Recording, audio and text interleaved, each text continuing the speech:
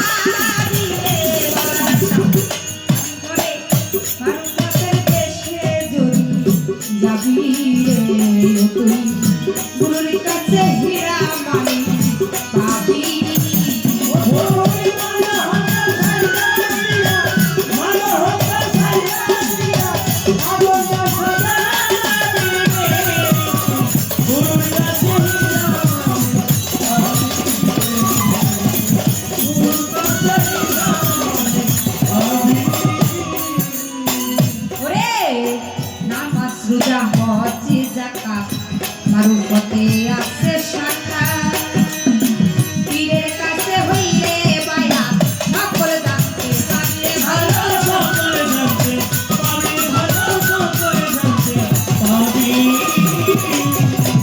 তোর দিয়ে রোজা নামাজ হজ যাকাত পীরের কাছে আছে শাখা পীরের কাছে হইলে বায়া সকল জানতে পাবি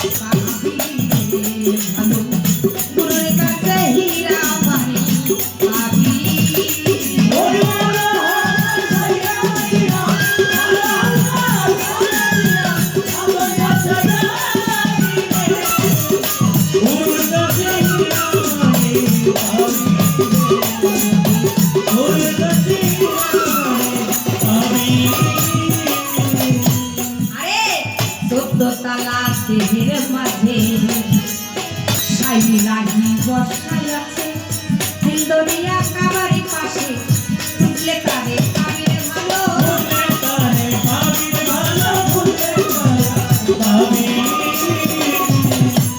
আরে 14 তলায় দেহের মাঝে সাইলাহি বসাই আছে হিন্দরিয়া কাবার পাশে উঠলে কারে পাবির ভালো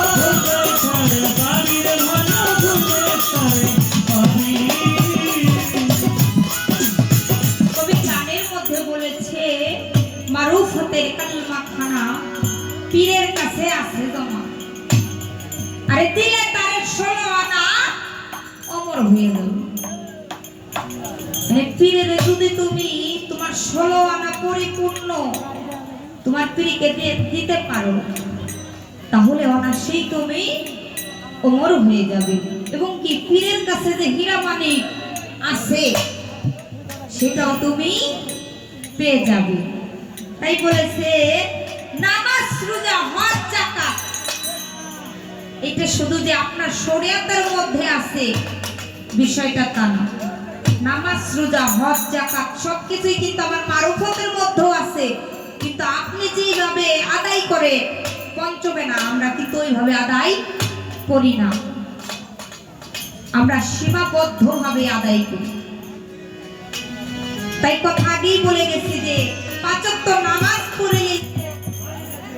পড়লে যে আল্লাহকে পাওয়া যাবে, কথা কিন্তু আমি আগেই বলেছি, এটা না।